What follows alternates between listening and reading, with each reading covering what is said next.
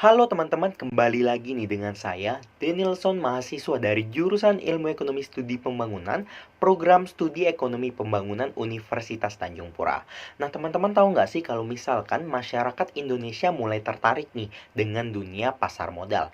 Nah, salah satu bentuk produk dari investasi di pasar modal ialah saham.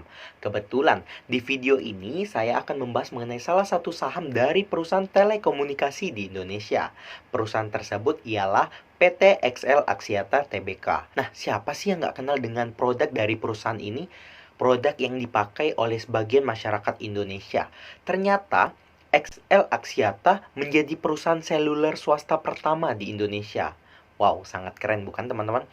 Nah, saat ini saham dari XL Axiata dimiliki oleh Axiata Investment yang tergabung dalam Axiata Group Berhad, perusahaan telekomunikasi terbesar di Asia. Dan selain itu, saham XL Axiata ini juga dimiliki oleh publik. Nah, XL Axiata terus berinovasi dan menjadi operator telekomunikasi pertama di Indonesia yang meluncurkan 4.5G. XL memulai usaha sebagai perusahaan dagang dan jasa umum pada tanggal 6 Oktober 1989 dengan nama PT Graha Metropolitan Lestari. Nah, pada tahun 1996, XL memasuki sektor telekomunikasi setelah mendapatkan izin GSM 900 dan secara resmi meluncurkan layanan GSM. Hal tersebut menjadikan XL sebagai perusahaan swasta pertama di Indonesia yang menyediakan layanan telepon seluler. Hal tersebut menjadikan XL sebagai perusahaan swasta pertama di Indonesia yang menyediakan layanan telepon seluler. Melalui perjanjian kerjasama dengan grup Raja Wali serta 3 investor asing, ada Ninex, ada AIF, ada Mitsui, nama perseroan diubah menjadi PT XL Komindo Pratama. Nah, pada September 2005, XL melakukan penawaran saham perdananya atau IPO serta mendaftarkan sahamnya di Bursa Efek Jakarta atau yang mungkin sekarang kita kenal dengan Bursa Efek Indonesia. Nah, pada saat itu, XL merupakan anak perusahaan dari Indosel Holding SDN BHD yang sekarang dikenal sebagai Axiata Investment SDN BHD, yang seluruh sahamnya dimiliki oleh TM International SDN BHD melalui TM International Limited.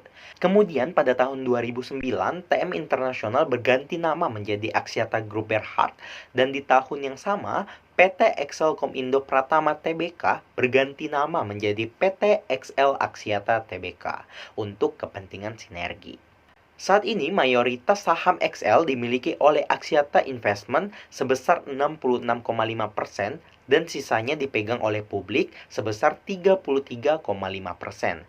Nah, dengan pengalaman lebih dari 17 tahun beroperasi di pasar Indonesia, PT XL Axiata Tbk merupakan salah satu penyedia layanan seluler terkemuka di Indonesia. Saat ini, XL dipandang sebagai salah satu penyedia layanan seluler untuk data dan telepon terkemuka di Indonesia. Sebagai salah satu perusahaan telekomunikasi seluler terkemuka di Indonesia, melalui jangkauan jaringan dan layanan yang luas di seluruh Indonesia, XL menyediakan layanan bagi pelanggan retail dan menawarkan solusi bisnis untuk pelanggan korporat. Layanan-layanan ini meliputi data, voice, SMS, dan layanan bernilai tambah telekomunikasi seluler lainnya. Nah, kantor pusat perseroan terletak di XL Axiata Tower, Jalan HR Rasuna Said, X5, Kafling 11-12, Kuningan Timur, Setiabudi, Jakarta Selatan. Nah, berbicara mengenai penawaran umum efek, pada tanggal 16 September 2005, perseroan memperoleh surat pernyataan efektif dari Badan Pengawas Pasar Modal dan Lembaga Keuangan atau yang disingkat dengan BAPEPAM LK untuk melakukan penawaran umum perdana saham sebanyak 1.427.500.000 lembar saham dengan nilai nominal Rp100 per lembar saham. Seluruh saham yang diterbitkan perseroan dicatatkan di Bursa Efek Indonesia pada tanggal 29 September 2005 dengan harga penawaran sebesar Rp2.000 per lembar saham. Sesuai dengan anggaran dasar, tujuan perseroan adalah untuk melakukan kegiatan dalam usaha penyelenggaraan jasa telekomunikasi dan atau jaringan telekomunikasi dan atau multimedia. Perseroan memulai operasi komersialnya di tahun 1996 dan oleh karenanya perseroan telah memiliki perizinan-perizinan sebagaimana dipersyaratkan oleh Badan Koordinasi Penanaman Modal atau BKPM. Nah, selanjutnya teman-teman dapat melihat nih di layar HP atau layar laptop teman-teman semua, saya lampirkan sejarah pencatatan saham yang dimana ada saham perdana, ada pencatatan saham pendiri, penawaran terbatas, penambahan saham, pelaksanaan program long term insentif, dan penawaran umum terbatas 2. Teman-teman dapat melihat jenis pencatatannya, saham, serta tanggal pencatatan di layar HP teman-teman. Nah, kita lanjut saja ke profil manajemen perusahaan. Pada tanggal 26 April 2021, dalam RUPS telah ditetapkan susunan komisaris dan direksi dari perusahaan XL Axiata Tbk. Dapat teman-teman lihat di layar HP dan layar laptop teman-teman, mungkin ada presiden komisaris, ada presiden direktur, dan ada direktur. Nama-namanya dapat teman-teman baca di layar HP atau layar laptop teman-teman semua. Nah, selanjutnya, berdasarkan anggaran dasar perusahaan, ruang lingkup kegiatan dari XL Axiata ialah melakukan kegiatan dalam usaha penyelenggaraan jasa telekomunikasi dan atau jaringan telekomunikasi dan atau multimedia. Kegiatan usaha utama dari XL Axiata adalah menyediakan layanan data dan teleponi seluler dengan teknologi GSM 900, DCS 1800, dan IMT 2000 atau 3G di Indonesia. Nah, selain itu, XL Axiata juga memegang lisensi jaringan tertutup reguler, lisensi Internet Service Provider, lisensi Voice over Internet Protocol, dan lisensi Internet Interkoneksi Layanan, serta izin e-money dari Bank Indonesia yang memungkinkan perusahaan ini untuk menyediakan jasa pengiriman uang kepada pelanggannya. Nah, di layar HP teman-teman terdapat gambar kayak naik turun gitu. Itu merupakan gambar grafik yang menunjukkan bahwa dalam 1 tahun terakhir saham dari EXCL mengalami fluktuasi. Nah, dapat diketahui bahwa operator seluler XL Axiata pernah mengumumkan pembelian saham kembali atau buyback senilai hingga 500 miliar rupiah di pasar saham selama 3 bulan, terhitung dari tanggal 7 April hingga 6 Juli 2020 lalu. Nah, kebijakan tersebut dilakukan karena harga saham EXCL yang terus merosot bahkan mendekati posisi terendah sepanjang masa. Kondisi ini tentu disebabkan oleh adanya pandemi COVID-19 yang melanda Indonesia. Hal tersebut tentu akan memberikan pengaruh terhadap harga saham EXCL sehingga pada bulan Juli 2020 terjadi kenaikan harga saham EXCL di dalam pasar modal Indonesia.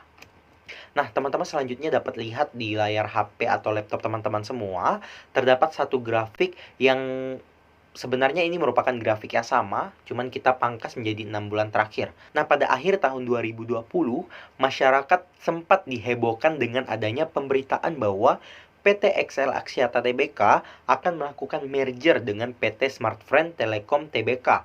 Hal ini tentu akan memicu para investor untuk melakukan aksi pembelian saham sehingga terjadi kenaikan pada saham EXCL.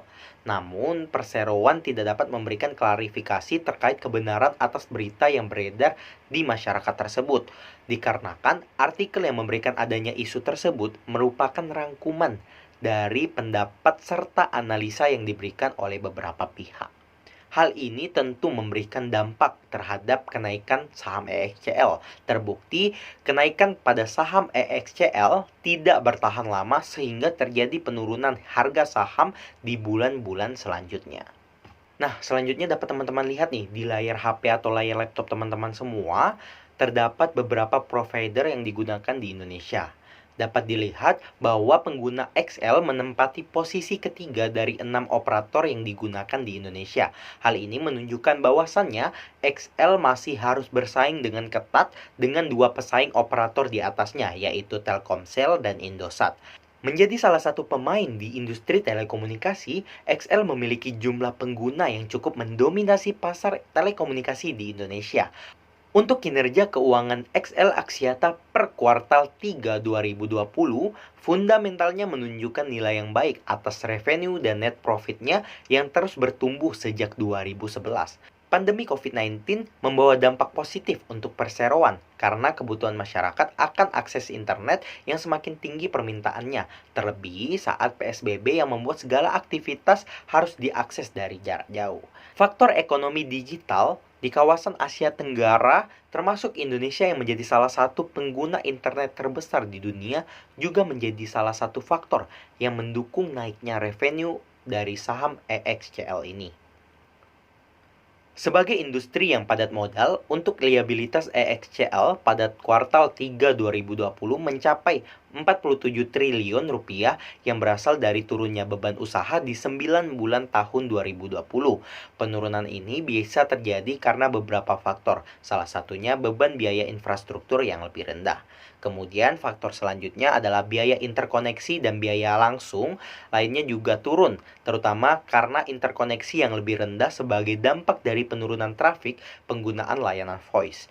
Terakhir, juga karena faktor biaya pemasaran yang turun setelah lebih banyak penggunaan saluran digital. Untuk segmen, perseroan mengoperasikan dan mengelola bisnis dalam satu segmen yang menyediakan jasa GSM mobile dan jaringan telekomunikasi kepada pelanggan. Perseroan diketahui mencetak EPS tahun ini di 326, naik dibanding tahun lalu di 67, yang berarti di tahun 2020 ini perusahaan mengalami peningkatan laba bersih dari tahun lalu. Nah, EPS ini fungsinya adalah untuk melihat bagaimana sebuah emiten menghasilkan laba per sahamnya. Terkait historis, dividen PT XL Axiata adalah emiten baru yang memberikan dividen pada Juni 2020 lalu. EXCL membagikan dividen sebesar 30% atau setara dengan 215 miliar rupiah dari laba bersih 2019, yaitu sebesar 712 miliar dengan dividen sebesar 20 per saham. Strategi XL Axiata berfokus pada kebutuhan konsumen, yakni meningkatkan kestabilan internet, melihat opportunity saat terjadi pandemi, meningkatkan infrastruktur jaringan ke beberapa kota besar di Indonesia, serta kapabilitas dari karyawan dan tim untuk menghadapi kesempatan transformasi secara menyeluruh untuk periode ke depannya. Dapat kita tarik kesimpulan bahwasannya kinerja perseroan yang semakin kuat, adanya ekspektasi sentimen positif hingga akhir tahun, serta prospek jaringan 5G di 5 tahun mendatang merupakan suatu peluang bisnis di industri telekomunikasi yang masih sangat menjanjikan. EXCL yang selalu berinovasi dan bertransformasi dengan tim manajemen yang nantinya semakin baik bisa menjadi salah satu pilihan investasi, ditambah saham ini sedang diperdagangkan dalam keadaan diskon atau promosi. Mungkin hanya itu yang dapat saya sampaikan. Kurang lebihnya saya mohon maaf. Semoga apa yang saya sampaikan di video kali ini dapat bermanfaat untuk teman-teman semua. Terima kasih karena telah menonton hingga akhir. Saya ucapkan terima kasih dan sampai jumpa.